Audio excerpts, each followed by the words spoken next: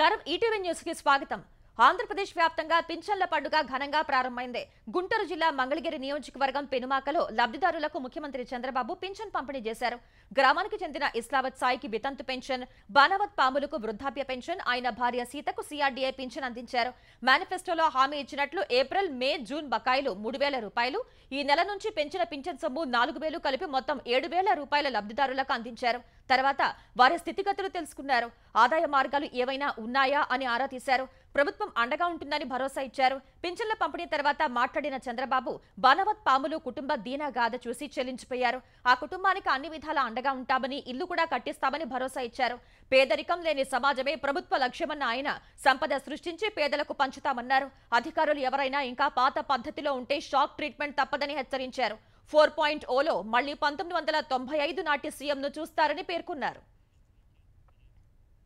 ఆంధ్రప్రదేశ్ వ్యాప్తంగా మంత్రులు, ఎమ్మెల్యేలు, ఇతర ప్రజాప్రతినిధులు పింఛన్ల కార్యక్రమంలో పాల్గొని లబ్ధిదారులకు నగదు అందించారు. కాకినాడ జిల్లా పిఠాపురం నియోజకవర్గం గొల్లప్రోలులో పింఛన్లు పంపిణీ చేసిన ఉప ముఖ్యమంత్రి పవన్ కళ్యాణ్ వారితో మాట్లాడి స్పందన తెలుసుకున్నారు. ఇచ్చిన మాట ప్రకారం పింఛన్ పెంచి ఇవ్వటం సహా 3 నెలల బకాయిలు కలిపి ఇచ్చినందుకు లబ్ధిదారులు ఆనందం వ్యక్తం చేశారు. అనంతరం మాట్లాడిన పవన్ తాను స్వీకరించిన శాఖలు చాలా ప్రాధాన్యం కలిగినవని, వాటికి పూర్తి న్యాయం చేసేందుకు కృషి చేస్తున్నానని తెలిపారు. దేశం, రాష్ట్రం కోసం పనిచేస్తానని, జీతం కూడా వద్దని చెప్పానని వెల్లడించారు. కేంద్రం ఇచ్చే 1,000 కోట్ల నిధులకు 40-50 కోట్ల రూపాయల మ్యాచింగ్ గ్రాంట్ కేటాయించకుండా వైకాపా ప్రభుత్వం వందలాది కోట్లతో హంగు ఆర్భాటాలకు ఖర్చు పెట్టడం గర్హనీయమన్నారు.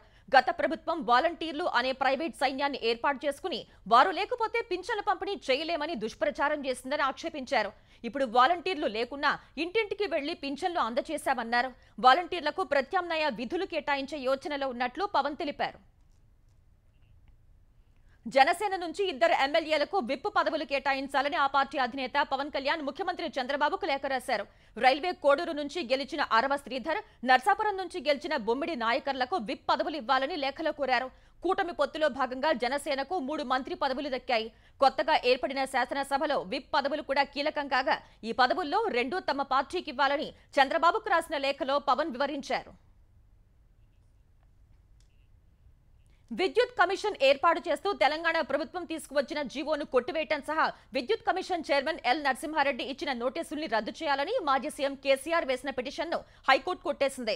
ఈ పిటిషన్కు అసలు విచారణ అర్హత లేదని హైకోర్టు ప్రధాన న్యాయమూర్తి జస్టిస్ అలోక్ అరాధే, జస్టిస్ అనిల్ కుమార్ జూకంటిలతో కూడిన ధర్మాసనం తీర్పు ఇచ్చింది. ఛత్తీస్గఢ్ నుంచి విద్యుత్ కొనుగోళ్లు సహా యాదాద్రి, భద్రాద్రి పవర్ ప్లాంట్ల నిర్మాణంపై విద్యుత్ కమిషన్ ఏర్పాటు చేస్తూ ఉత్తర్వులు ఇచ్చిన ప్రభుత్వం విద్యుత్ కమిషన్ చైర్మన్ గా జస్టిస్ ఎల్ నరసింహారెడ్డిని నియమించింది. ఈ మేరకు విచారణ చేపట్టిన జస్టిస్ నరసింహారెడ్డి 15 మందిని విచారించారు. మాజీ సీఎం కేసీఆర్ కు ఏప్రిల్లో నోటీసులు కూడా ఇచ్చారు. తాను ఎన్నికల ప్రచారంలో తీరిక లేకుండా ఉన్నందున జూన్ చివరి వరకు సమయం ఇవ్వాలని కేసీఆర్ కోరారు. గత నెలలో జస్టిస్ నరసింహారెడ్డి విలేకరుల భేటీ ఏర్పాటు చేసి వెల్లడించిన వివరాలను కేసీఆర్ ఖండించారు. ఈ మేరకు జస్టిస్ నరసింహారెడ్డికి సుదీర్ఘ లేఖ రాశారు. ఆ తర్వాత కూడా కమిషన్ మరోసారి తనకు నోటీసులు ఇవ్వడంతో కేసీఆర్ హైకోర్టును ఆశ్రయించారు. ఈ పిటిషన్ పైనే ఇరు వర్గాల వాదనలు విన్న హైకోర్టు కేసీఆర్ పిటిషన్ను కొట్టేసింది. తెలంగాణ గవర్నర్ రాధాకృష్ణన్తో సీఎం రేవంత్ రెడ్డి సమావేశమయ్యారు. సీఎం సలహాదారుడు వేం నరేందర్ రెడ్డితో కలిసి రాజ్భవన్ కు వెళ్లిన రేవంత్ రెడ్డి సుమారు 2 గంటల పాటు భేటీ అయ్యారు. అసెంబ్లీలో ప్రవేశపెట్టనున్న వివిధ బిల్లులపై చర్చించారు. అసెంబ్లీ సమావేశాలు, నామినేటెడ్ ఎమ్మెల్సీల అంశాలపై కూడా చర్చించినట్లు సమాచారం. బిల్లులు, మంత్రివర్గ విస్తరణపైన గవర్నర్తో సీఎం రేవంత్ చర్చించినట్లు తెలుస్తోంది. హిందుత్వ అంశంపై లోక్సభలో ప్రతిపక్ష నేత రాహుల్ గాంధీ చేసిన వ్యాఖ్యలు పెను దుమారానికి దారితీశాయి. రాష్ట్రపతి ప్రసంగానికి ధన్యవాదాలు తెలిపే తీర్మానంపై చర్చ సందర్భంగా రాజ్యాంగంపై దాడి జరుగుతోందని రాహుల్ గాంధీ ఆరోపించారు. తనపైన వ్యక్తిగతంగా దాడి జరిగిందని రాహుల్ చెప్పారు. కొందరు నేతలు ఇప్పటికీ జైల్లో ఉన్నారని పేర్కొన్నారు. ప్రధాని మోదీ ఆదేశాల మేరకు తనపై 20 కేసులు నమోదయ్యాయని, తనకిచ్చిన ఇంటిని కూడా లాగేసుకున్నారని ఆరోపించారు. ప్రతి మతం ధైర్యం గురించే చెబుతుందన్న రాహుల్, కానీ హిందువులుగా చెప్పుకుంటున్న కొందరు కేవలం హింస, ద్వేషం, అసత్యమే మాట్లాడుతున్నారని విమర్శించారు. మీరసలు హిందువులేనా అని రాహుల్ ప్రశ్నించారు. రాహుల్ వ్యాఖ్యల్ని అధికార పక్షం తీవ్రంగా తప్పుపట్టింది.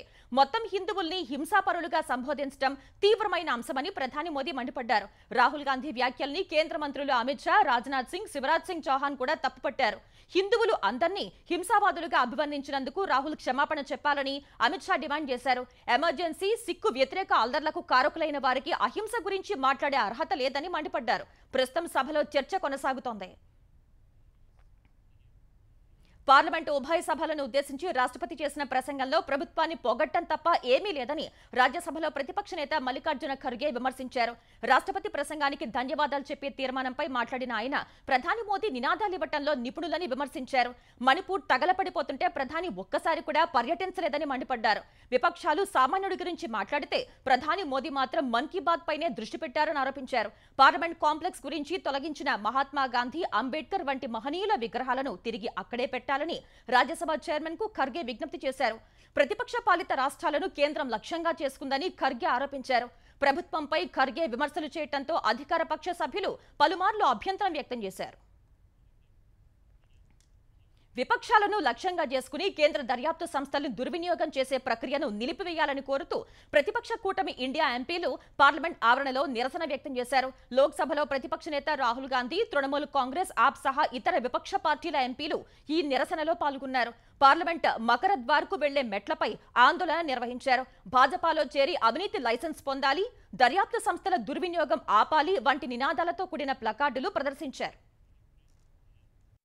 దేశవ్యాప్తంగా వైద్య విద్యా సంస్థల్లో ప్రవేశాలకు సంబంధించి సవరించిన నీట్ ర్యాంకుల జాబితాను నేషనల్ టెస్టింగ్ ఏజెన్సీ ఎన్టీఏ ప్రకటించింది. పరీక్ష ఆలస్యమైనందుకు గ్రేస్ మార్కులు పొందిన విద్యార్థులకు జూన్ 23న మళ్లీ పరీక్ష నిర్వహించిన ఎన్టీఏ వాటి ఫలితాలను కూడా కలిపి ర్యాంకులను విడుదల చేసింది. మే 5న నిర్వహించిన నీట్ పరీక్షలకు దేశవ్యాప్తంగా 24 లక్షల మంది హాజరయ్యారు. వారిలో 67 మందికి 720కి 720 మార్కులు రావడంతో వివాదం చెలరేగింది. వారిలో గ్రేస్ మార్కులు పొందిన విద్యార్థులు కూడా ఉన్నారు. గ్రేస్ మార్కులు కలపటంలో అక్రమాలు జరిగాయనే ఆరోపణలు రాగా సుప్రీంకోర్టులో పలు పిటిషన్లు దాఖలయ్యాయి. సుప్రీంకోర్టు ఆదేశాల మేరకు మళ్లీ నిర్వహించిన పరీక్షలకు 1563 మందికి 813 మంది అభ్యర్థులు మాత్రమే హాజరయ్యారు. మిగిలిన వారు గ్రేస్ మార్కులు లేకుండా ర్యాంకులు పొందేందుకు అంగీకరించారు. ఈ నేపథ్యంలో సవరించిన ర్యాంకుల జాబితాను ఎన్టీఏ విడుదల చేసింది. ప్రస్తుతం నీట్ ప్రశ్నపత్రం లీక్ అయినట్లు వచ్చిన ఆరోపణలపై సీబీఐ దర్యాప్తు చేస్తోంది. దేశంలోని వైద్య విద్య కోర్సుల్లో ప్రవేశాలకు నిర్వహించిన నీట్ పరీక్షలో అవకతవకలపై చర్చకు స్పీకర్ నిరాకరించడంపై లోక్సభ నుంచి ప్రతిపక్షాలు వాకౌట్ చేశాయి. ఈ ఉదయం సభ ప్రారంభం కాగానే నీట్ పరీక్షా పత్రం లీకేజ్ వ్యవహారంపై చర్చించాలని ప్రతిపక్ష నేత రాహుల్ గాంధీ కోరారు. ఈ అంశంపై తాము వాయిదా తీర్మానాన్ని ఇచ్చినట్లు తెలిపారు. అయితే ప్రస్తుత సమావేశాల్లో ప్రశ్నోత్తరాలు 0 అవర్ లేనందున వాయిదా తీర్మానాలను తీసుకోవటం కుదరదని స్పీకర్ ఓం బిర్లా తెలిపారు. రాష్ట్రపతి ప్రసంగానికి ధన్యవాదాలు తెలిపే తీర్మానంపై మాత్రమే చర్చకు అవకాశం ఉందన్నారు. మరోవైపు నీట్ ప్రశ్నపత్రం లీకేజ్ అంశంపై విద్యార్థులు ఆందోళనతో ఉన్నారని, వారికి పార్లమెంట్ నుంచి భరోసా ఇస్తూ సందేశాన్ని ఇవ్వాల్సి ఉందని రాహుల్ గాంధీ అన్నారు. రాష్ట్రపతి ప్రసంగానికి ధన్యవాద తీర్మానం తర్వాత ఆ విషయాన్ని ప్రస్తావించవచ్చని రక్షణ మంత్రి రాజ్నాథ్ సింగ్ తెలిపారు.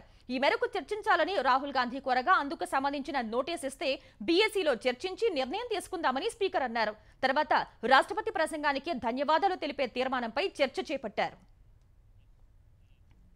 సత్వర న్యాయమే లక్ష్యంగా స్వదేశీ నేర న్యాయ చట్టాలను తెచ్చామని కేంద్ర హోంమంత్రి అమిత్ షా తెలిపారు. పార్లమెంట్ లైబ్రరీ హాల్ నుంచి నూతన న్యాయ చట్టాల అమలుపై ఆయన వివరణ ఇచ్చారు. ఈ చట్టాలపై 4 ఏళ్లకు పైగా చర్చ జరిగిందన్నారు. బ్రిటిష్ వాళ్లు తమ పాలనా వ్యవస్థను కాపాడుకునేందుకు చట్టాలను తెచ్చారన్న ఆయన 75 ఏళ్ల తర్వాత భారతీయ ఆత్మతో కూడిన చట్టాలు అమల్లోకి వచ్చినట్లు వివరించారు.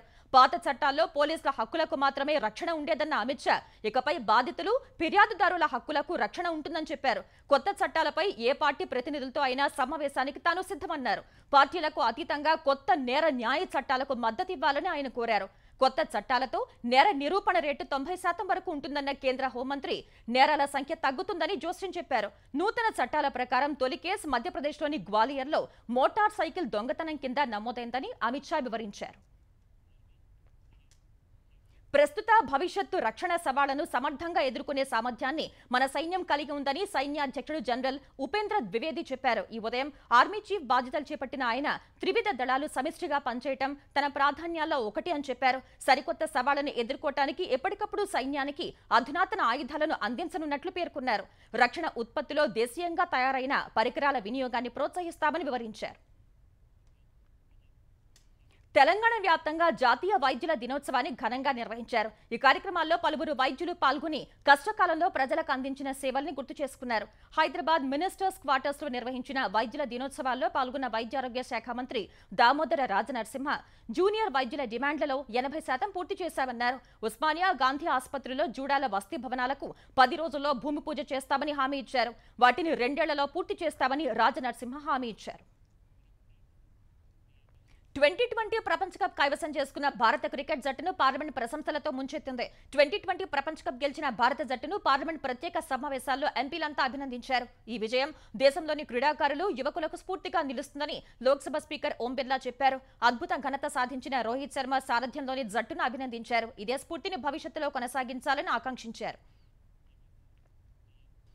ఆసియా, ఐరోపా మార్కెట్ల నుంచి సానుకూల సంకేతాలతో దేశీయ స్టాక్ మార్కెట్లు లాభాలు నమోదు చేశాయి. సెన్సెక్స్, నిఫ్టీ సరికొత్త జీవితకాల గరిష్ట స్థాయిల వద్ద ముగిశాయి. గత సెషన్లో 210 పాయింట్లు నష్టపోయిన సెన్సెక్స్ ఇవాళ 443 పాయింట్లు ఎగబాకింది. 79,043 పాయింట్ల వద్ద ఉదయం ప్రారంభమైన బీఎస్ఈ సూచి మొదట్లోనే అమ్మకాల ఒత్తిడికి గురైంది. ఒక దశలో 78,972 పాయింట్ల కనిష్ట స్థాయికి క్షీణించింది. తర్వాత అంతర్జాతీయ మార్కెట్ల నుంచి సానుకూల సంకేతాలతో బ్యాంకింగ్, ఐటీ రంగాలకు చెందిన సంస్థల వాటాలకు డిమాండ్ ఏర్పడి మార్కెట్ పుంజుకుంది. అదే జోలులో 79,561 పాయింట్ల గరిష్ట స్థాయిని తాకిన సూచి చివరకు సరికొత్త జీవితకాల గరిష్ట స్థాయి 79,476 పాయింట్ల వద్ద స్థిరపడింది. జాతీయ స్టాక్ ఎక్స్చేంజ్ సూచి నిఫ్టీ 131 పాయింట్లు లాభపడి సరికొత్త జీవితకాల గరిష్ట స్థాయి 24,142 వద్ద ముగిసింది.